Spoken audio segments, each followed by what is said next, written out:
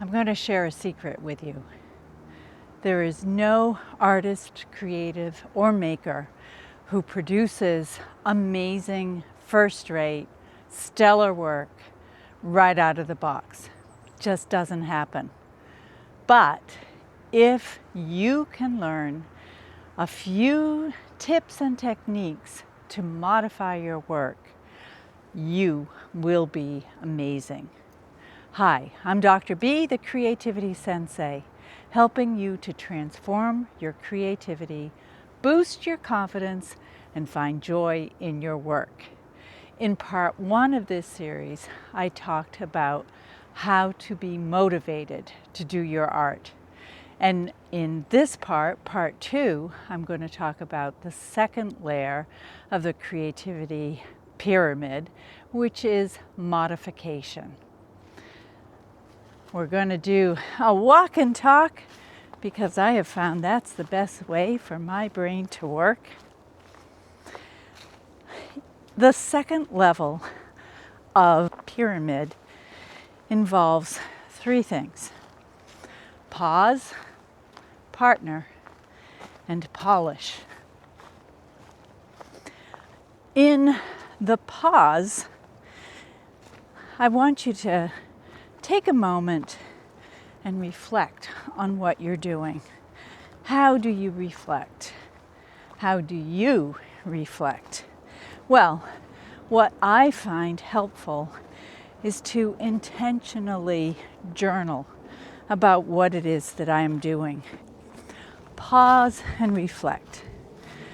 For a project that you're working on, maybe you want to reflect about 3 things. What is going well, what you wish you could do differently, and what you have learned from the process. That is a key element of a good reflection. Don't beat yourself up about it. Look for the positives, first of all. And there's always a positive.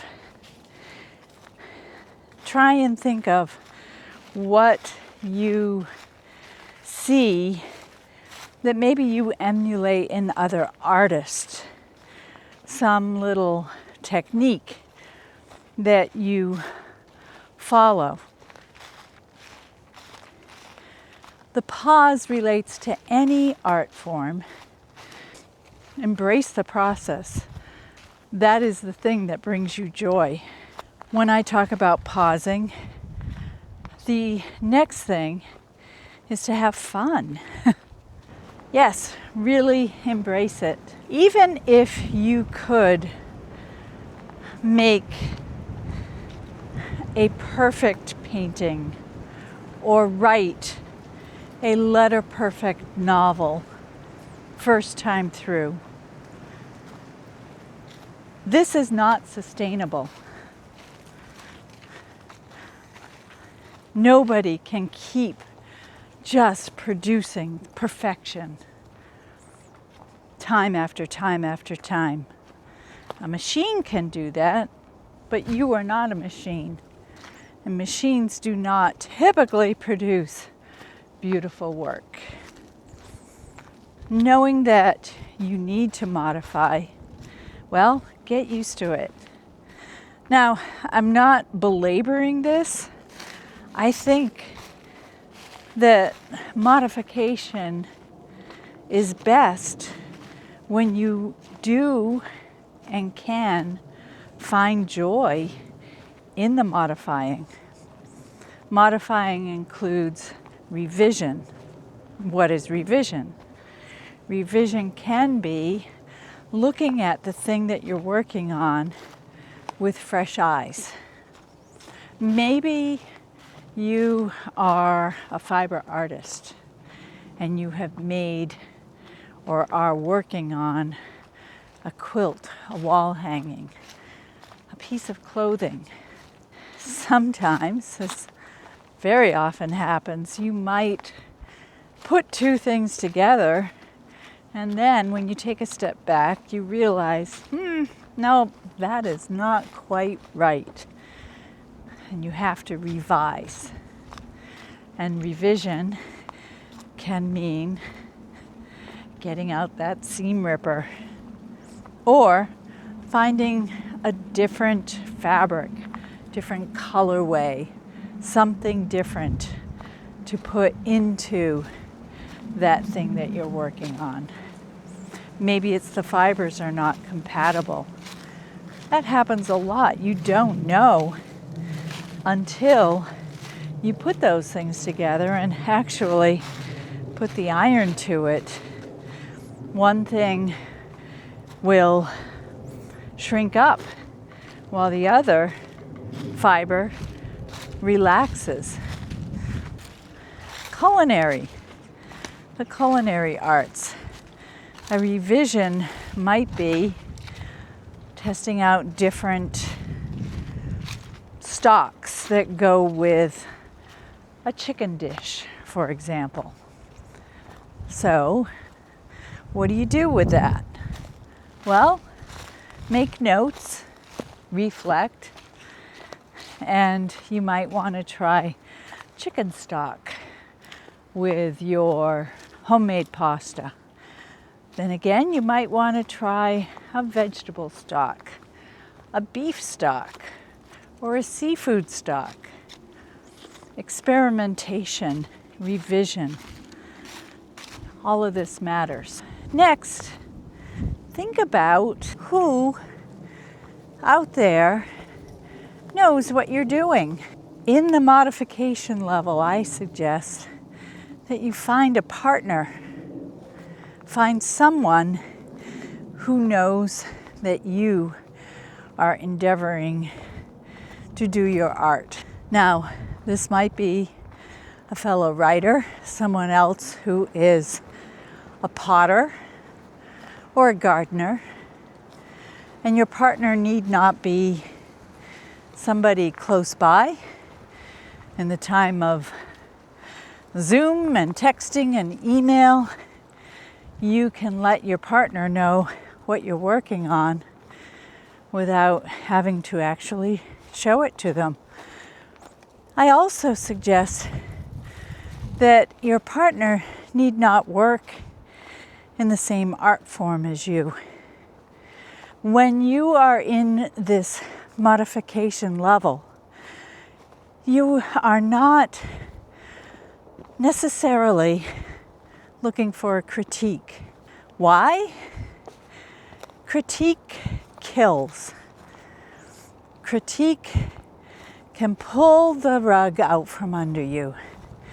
A bad critique takes the wind out of your sails.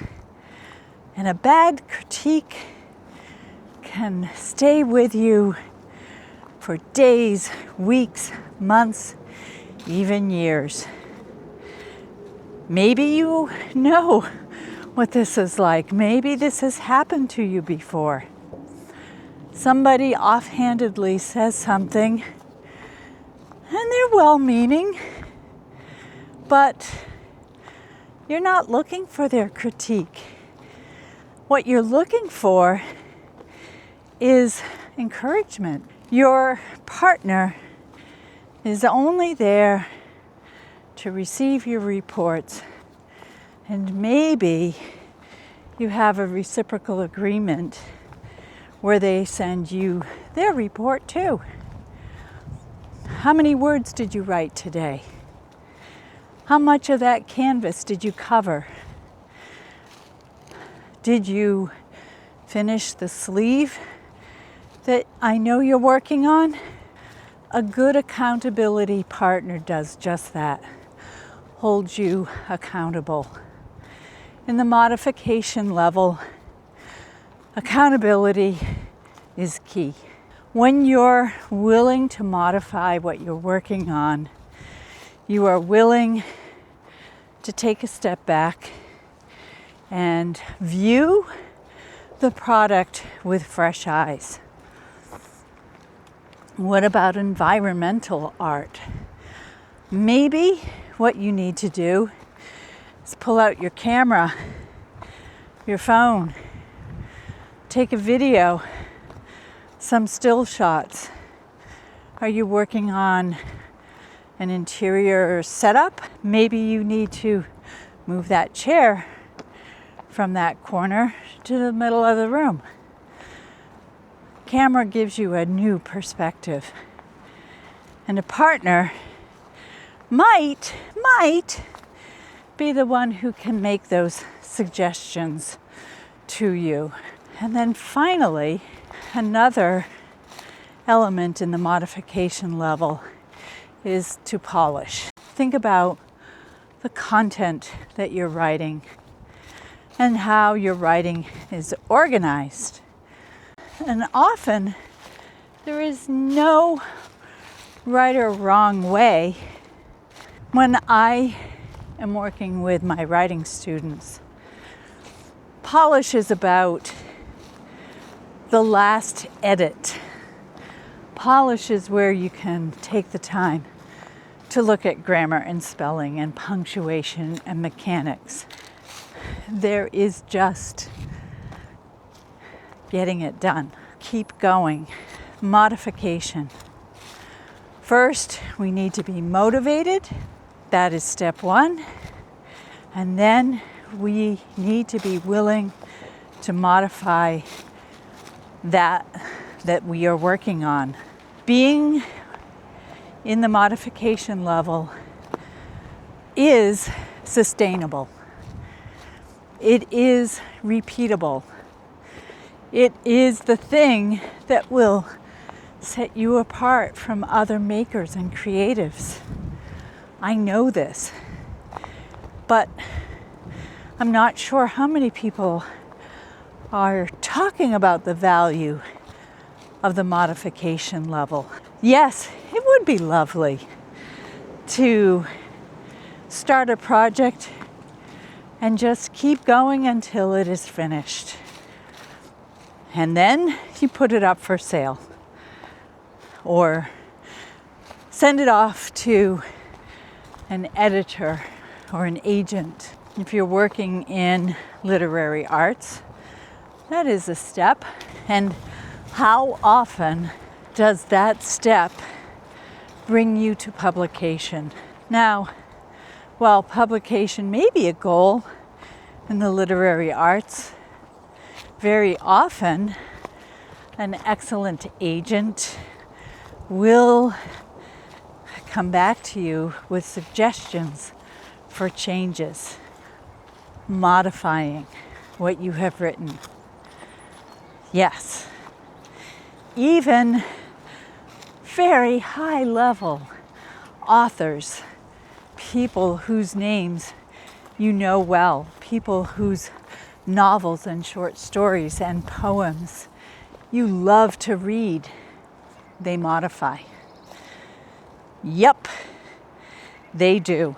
It is probably the biggest mistake of the novice to think that it's a one and done, that you can write down the words to a fantastic poem and send them off and they are published. Does it happen? Yeah, probably. But it's not repeatable. It is not sustainable.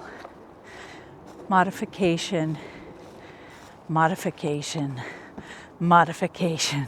So that's what I suggest. Part one of this series was about motivation.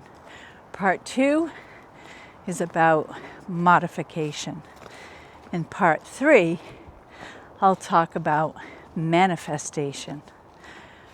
That is the element that really keeps you going, that motivates you to modify so that you can manifest. 3 parts. So here's the caveat. A creative artist and maker can get mired in the modification level, in revision and editing. And this is true for any art form. You can rework it, go back, keep adding on, Imagine a painter with a nice big canvas, fiddling with different colors, adding new layers, and you keep reworking and reworking such that you never feel like it's finished. Metalwork, carpentry can fall into that trap as well. Fiber art, certainly. And for many art forms, it's a matter of being attracted to the BSO, the bright, shiny object, finding new materials, buying new equipment and tools, starting new projects. Yes, you are motivated to get those new pieces, even in working with those things, modifying, revising, editing, but we often fall short of finishing, which leads me to part 3.